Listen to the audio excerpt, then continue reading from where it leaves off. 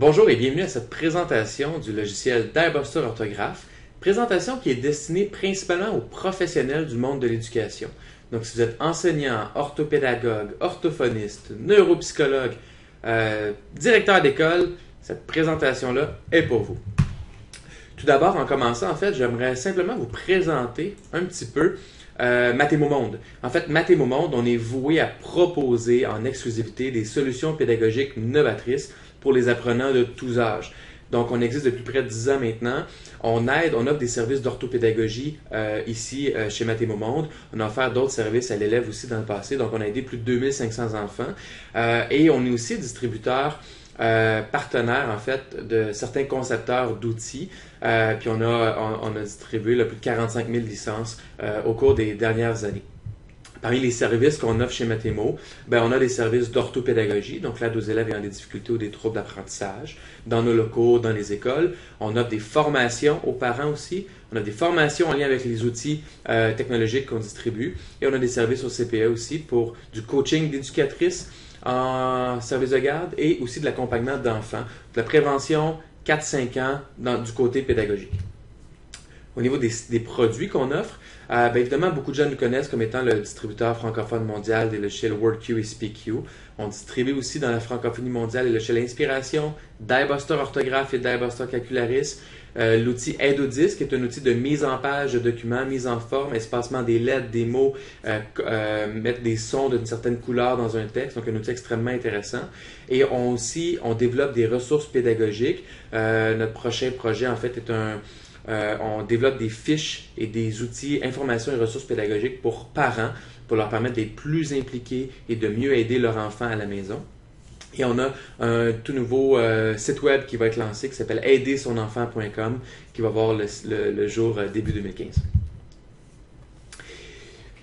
En ce qui a trait à Diabuster Orthographe, on va faire un petit topo de la classe. La classe actuelle, en fait, si on fait ça simple, il y a un tiers des élèves de la classe inclusive traditionnelle. Il y a le tiers des élèves qui vont réussir. Peu importe ce qui se passe dans la classe, il peut y avoir 3 changements d'enseignants durant l'année, ils vont réussir.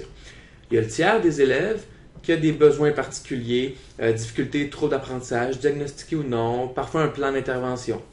Et il y a le tiers des élèves au milieu qui est, moi j'ai qualifié comme étant à risque. C'est le tiers des élèves qui a, eux, 2 changements d'enseignants durant l'année, ça va faire une différence. Ou un enseignant qui fait peut-être moins de différenciation pédagogique, ça va faire une différence.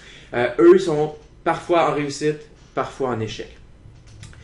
La réalité au niveau de la rééducation, donc l'orthopédagogie ou de l'orthophonie quand on y a accès, c'est qu'on va voir des élèves, généralement une fois par semaine. C'est super bien. Même le meilleur des services, qu'on y croit beaucoup à l'orthopédagogie et à la rééducation. Chez Mathémo, on en offre, on y croit beaucoup.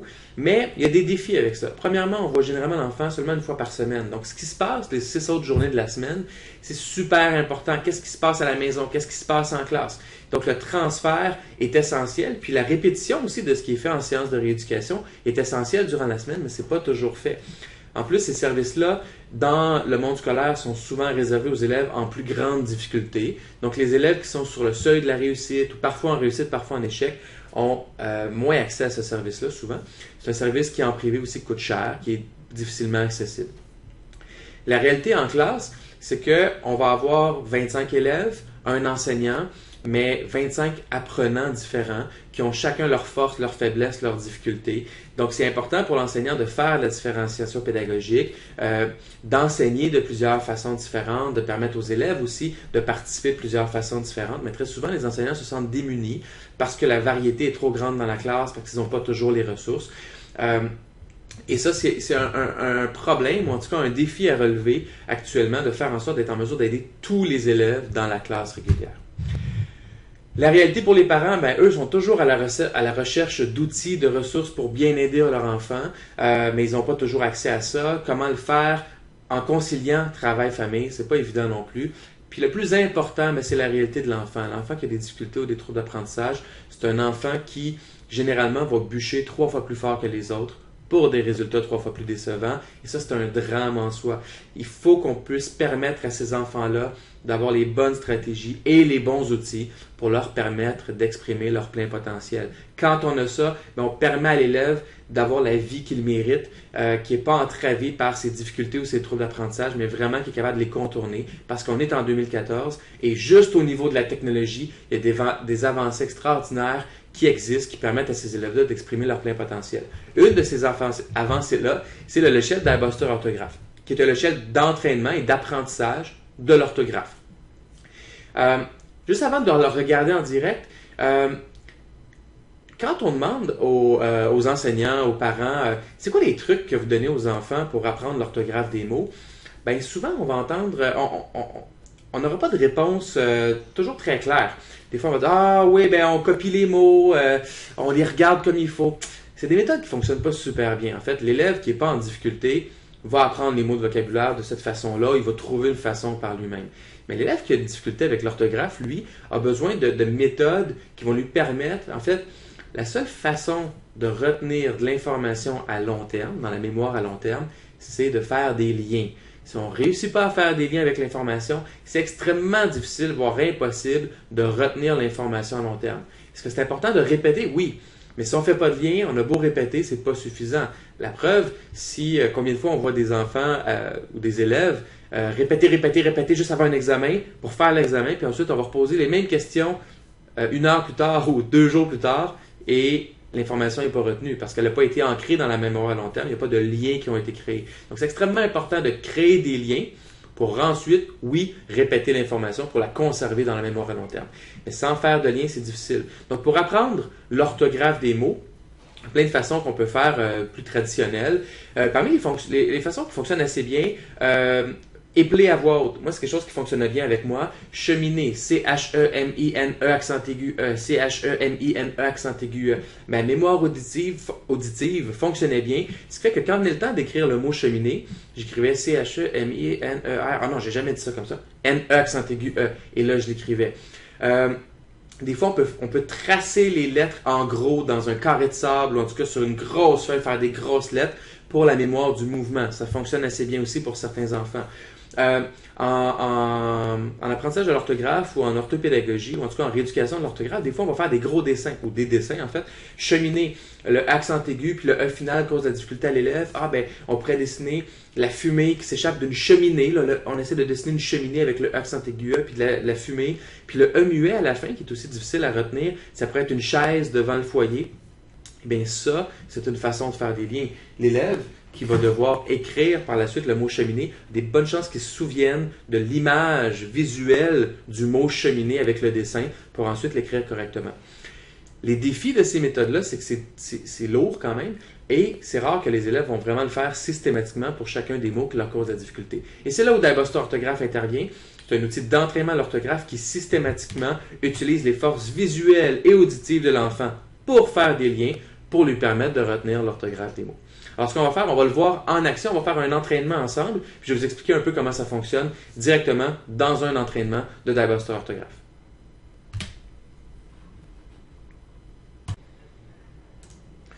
Alors, en ouvrant d'iBuster Orthographe, l'élève doit entrer son nom d'usager et son mot de passe. Ce qui est formidable avec d'iBuster Orthographe, c'est que l'installation, on peut installer le logiciel où on veut, et l'élève, avec son nom d'usager et son mot de passe, peut se connecter et avoir son profil qui est synchronisé. Je vous disais tout à l'heure que d'iBuster, c'est un jeu où on associe, on fait des liens en fait pour retenir l'orthographe des mots. d'iBuster Orthographe utilise la musique et les couleurs pour le faire. Dans le premier jeu, l'élève travaille l'association couleur-lettre-son. Donc, on doit simplement cliquer sur la couleur affichée sur la lettre et on travaille cette association-là. Puis en plus, on entend une note de musique associée à la lettre.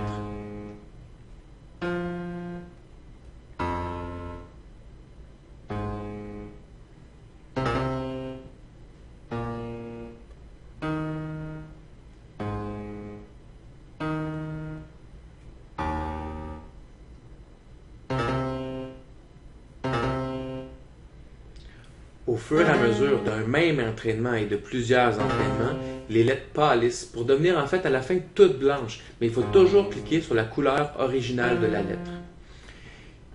Si on se trompe, c'est pas grave. Diebuster Orthographe va nous le dire tout de suite. Il y a toujours une rétroaction immédiate de façon à ce qu'on trouve la bonne couleur rapidement. Même chose dans le jeu principal où on va s'exercer à écrire les mots.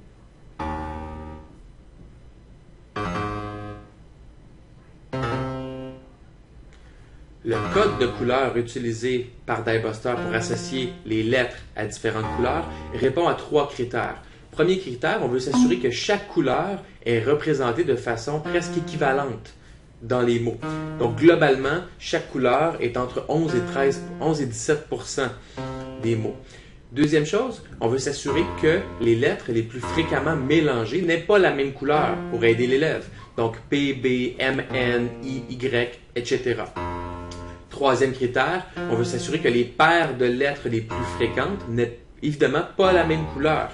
Généralement, ce que ça veut dire, en fait, c'est que les lettres, si on voit deux fois la même couleur, il y a des fortes chances que ce soit une lettre doublée. La première paire de lettres qui a la même couleur est la 47e la plus fréquente de la langue française. C'est D, I. Mais avant ça, toutes les lettres ont des couleurs différentes dans les paires de lettres les plus fréquentes.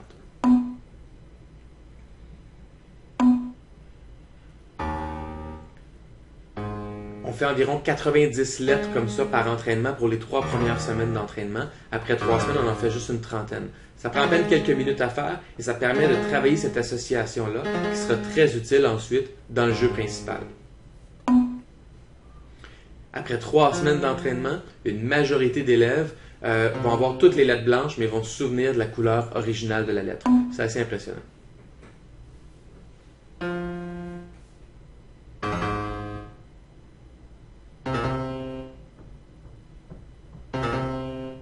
Vous avez remarqué que les lettres avec un accent ont une triple tonalité.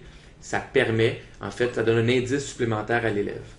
Dans ce deuxième jeu-là, on divise le mot en syllabes, mais avec une structure visuelle. C'est des points de repère supplémentaires visuels qu'on donne à l'élève pour retenir l'orthographe. Animal. Ce qu'on fait est le nombre de lettres par syllabe. Donc, ce qu'on fait, en fait, c'est qu'on passe du premier au deuxième niveau pour le nombre de syllabes. Dans le mot ici, il y a 3 syllabes. Donc, on fait 3 traits. Ensuite, une lettre dans la première syllabe, 2 lettres dans la deuxième syllabe, et dans ce cas-ci, 3 lettres dans la troisième syllabe. On peut faire les traits où on veut sur les points, c'est pas grave. Nuit, une seule syllabe, donc un trait vers le premier niveau, et 4 lettres dans cette syllabe-là, 4 traits vers le deuxième niveau. Phrase. La syllabation est basée sur la syllabation, sur le mot oral et non écrit. C'est pour ça que phrase, une seule syllabe. Vous noterez qu'on retrouve la couleur de la lettre et le son aussi associé à cette lettre-là.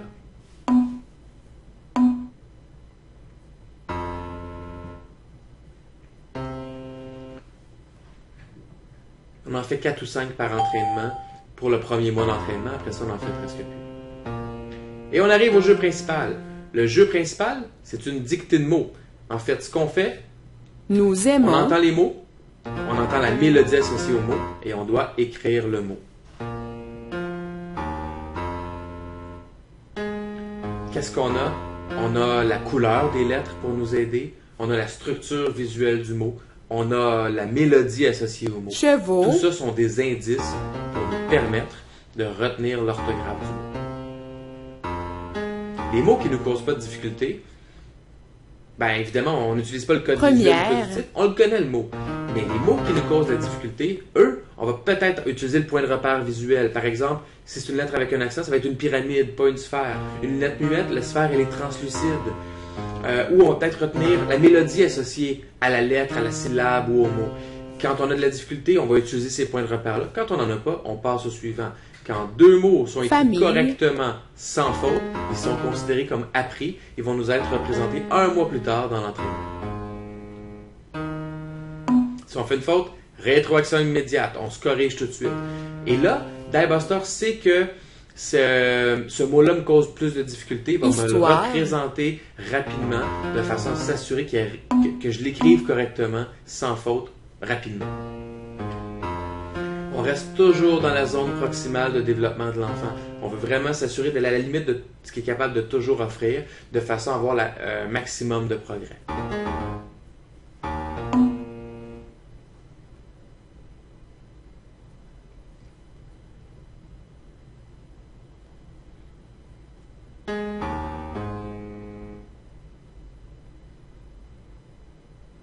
Oreille.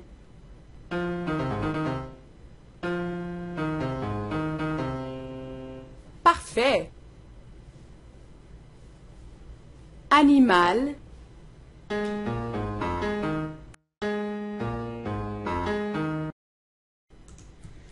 La liste orthographique du MELS est utilisée à l'intérieur de DieBuster Orthographe dans sa version québécoise. Donc, la narration est québécoise, la liste de mots intégrés au logiciel vient du ministère de l'Éducation et la syllabation est aussi basée sur le code oral, comme je l'ai mentionné tout à l'heure. C'est un logiciel qui est vraiment adapté à la classe québécoise ou à l'élève à la maison qui veut s'entraîner pour améliorer son orthographe. On franchit les modules un à un, on passe des mots plus faciles à des mots plus difficiles selon la liste orthographique du MELS. Si l'école a une licence école ou classe utilise une liste différente, on va l'importer automatiquement dans DieBuster Orthographe sans problème. Ou si l'ordre des mots utilisés n'est pas la même que ce qui est proposé par le ministère, évidemment, on peut ajuster ça sans problème. Brune. Jeudi.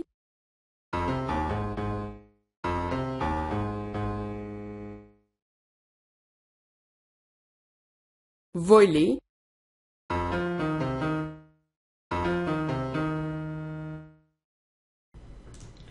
Un entraînement dure 15 minutes, mais en fait, on va terminer l'entraînement pour le moment.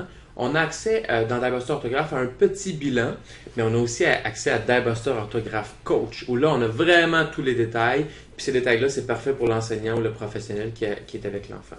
À même le logiciel, on accumule des points qui nous permettent d'acheter dans la boutique de DieBuster des instruments de musique différents, des fonds d'écran différents, des représentations visuelles, sonores différentes. C'est un système d'émulation qui est extrêmement apprécié par les enfants. C'est assez banal, mais en fait, les enfants adorent ça, puis ils ont hâte de passer à un niveau suivant pour ça. Par exemple, on peut changer le fond d'écran et avoir un paysage plutôt que le fond nuageux. Dans DieBuster Orthographe, il est aussi possible de créer soi-même des modules. Donc, si on veut s'entraîner seulement pour certains mots de vocabulaire qui nous causent de la difficulté ou des listes de mots particulières, c'est extrêmement facile de créer un nouveau module. On ajoute des mots. Si on a déjà une narration d'enregistrer, ben, ça va être associé automatiquement. École. Sinon, c'est possible d'ajouter soi-même sa narration en cliquant sur le bouton enregistrement, en dictant à voix haute le mot, et c'est fait. Par la suite, on peut s'entraîner avec ces mots-là de façon à personnaliser notre entraînement pour certains mots ciblés. Manger.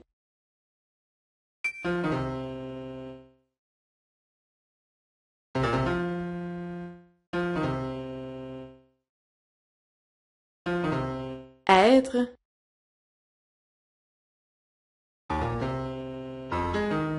Cheval.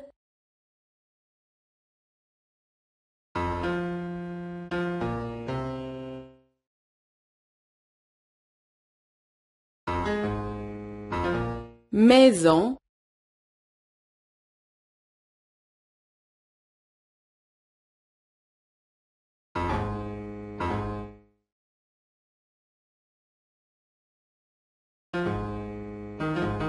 Tiroir.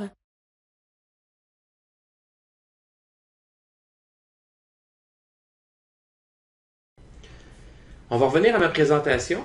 Ce que je veux faire, en fait, je veux simplement vous montrer ici les principes derrière le logiciel DieBuster Orthographe et Calcularis. En fait, il y a 4 piliers qui font que ces deux logiciels-là sont si efficaces. Le premier pilier, ben, c'est un entraînement. On ne vient pas bon en sport, en musique, en orthographe ou en maths si on ne s'entraîne pas régulièrement. C'est pour ça qu'on fait des exerciceurs, c'est pour s'entraîner. Par contre, la différence entre un exerciceur qui aide rarement les élèves en difficulté et DieBuster Orthographe et Calcularis, c'est que c'est un entraînement qui est adapté à chaque élève. Avec DieBuster, on a un profil pour chaque élève et ce profil-là va évoluer différemment d'un élève à l'autre pour vraiment lui proposer les meilleurs exercices pour lui. On reste toujours dans la zone proximale de développement de façon à aller chercher les meilleurs progrès pour chaque élève. Troisième principe, il y a une rétroaction immédiate. On s'assure vraiment que l'élève ne se contamine pas avec ses propres erreurs, ce qui est crucial surtout pour les élèves ayant des difficultés ou des troubles d'apprentissage. Puis finalement, c'est multisensoriel. Multisensoriel, ce que ça veut dire? Ça veut dire qu'on touche à plusieurs zones du cerveau, entre autres celles qui ne sont pas affectées par un trouble d'apprentissage. C'est de la différenciation pédagogique adaptée à chaque élève. Le cerveau de l'enfant peut aller chercher le code visuel ou auditif qui lui convient pour retenir l'information.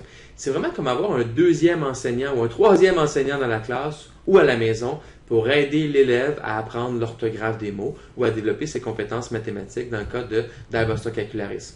J'ajouterais à ça que l'élève va vivre beaucoup plus de réussite que d'échecs et c'est extrêmement motivant parce que c'est un logiciel. Donc même si c'est un entraînement à l'orthographe ou aux maths, les élèves adorent ça, ils veulent continuer leur entraînement de façon progressive. Il y a plusieurs études scientifiques indépendantes qui ont été réalisées. Donc, c'est une échelle qui a été conçue en Suisse par des neuroscientifiques du monde universitaire. Donc, il y a beaucoup d'études qui ont été réalisées. Une de ces études-là, en fait, ce qu'elle montre, si on regarde la première ligne, c'est des élèves dyslexiques qui se sont entraînés avec Diebuster. La deuxième ligne, des élèves dyslexiques qui ne se sont pas entraînés. La troisième, des élèves non dyslexiques qui se sont entraînés. Puis finalement, des élèves non dyslexiques qui ne se sont pas entraînés. Ce qu'on voit, c'est que les élèves dyslexiques qui se sont entraînés ont amélioré leur orthographe de 25%. En fait, ont diminué leur faute d'orthographe de 26% en aussi peu que 12 semaines d'entraînement. Pendant ce temps-là, les autres élèves dyslexiques qui ne se sont pas entraînés, eux, se sont améliorés seulement de 6%. Pensez-y, des élèves actuels, dyslexiques, dysorthographiques, est-ce qu'ils s'améliorent vraiment plus que de 6% en 12 semaines d'entraînement? Ben, c'est rare parce que la rééducation, c'est super bien, mais c'est long, ça prend du temps. Alors, l'outil de Diebuster Orthographe permet des améliorations rapides. 12 semaines, c'est assez rapide. Ce qu'on peut voir, c'est la différence entre les deux. 26%, 6%, c'est l'effet Diebuster. C'est 20% d'amélioration supplémentaire quand on s'entraîne avec Diebuster Orthographe. Ce qu'on voit aussi, c'est que les élèves non dyslexiques de la classe se sont améliorés, eux, de 24%. Donc, c'est un outil qui fonctionne avec tout le monde. Ben, c'est normal, en fait, c'est multisensoriel. Donc, chaque élève peut avoir des points de repère dans son cerveau visuel, auditif, pour arriver à la même tâche qui est de retenir l'orthographe des mots. Finalement, ce qu'on voit dans la première ligne, c'est qu'en fait, l'amélioration était de 33% moins de fautes d'orthographe chez les élèves dyslexiques pour les mots vus dans le logiciel, puis de 21% pour les mots non vus dans le logiciel. Donc, il y a vraiment un transfert qui se fait même à l'extérieur du logiciel pour améliorer l'orthographe des mots qui ne sont même pas vus dans le logiciel. Ces études-là ont été faites d'une façon où les élèves faisaient une dictée de mots papier-crayon, un entraînement de 12 semaines en allant à l'école aussi, et une dictée de mots papier-crayon à la suite. Donc, si on s'entraîne seulement à la maison, ben, l'élève va être meilleur à l'école avec son papier-crayon ou son WorkQ. Mais si on s'entraîne à l'école, bien là, on a le package parce qu'en fait, l'élève s'entraîne à l'école et peut-être même à la maison pour s'améliorer dans toutes ses tâches d'orthographe. C'est un entraînement multisensoriel. En conclusion, j'ai quelques informations supplémentaires à vous donner. Il y a des licences classe, école qui existent pour les écoles. Ça cadre parfaitement dans la mesure financière 50-750 pour l'achat de ressources didactiques numériques. Il y a des licences aussi pour les cabinets professionnels qui existent qui permettent d'offrir à vos élèves et à leurs parents des licences moins chères que la licence traditionnelle d'abonnement de 12 mois offerte aux parents. Pour chaque licence classe, école vendue, on offre une formation aussi pour s'assurer que l'utilisation se fasse bien et que maximiser les progrès pour les enfants. Et c'est toujours possible d'importer des nouvelles listes de mots pour les écoles. On fait ça pour vous sans problème. Si vous avez des questions, quoi que ce soit, n'hésitez jamais à communiquer avec l'équipe de Mathémo Monde. On est là pour ça. Ça va nous faire plaisir de vous aider. Et je vous mets au défi vraiment de l'essayer, d'essayer Diebuster Orthographe avec des élèves.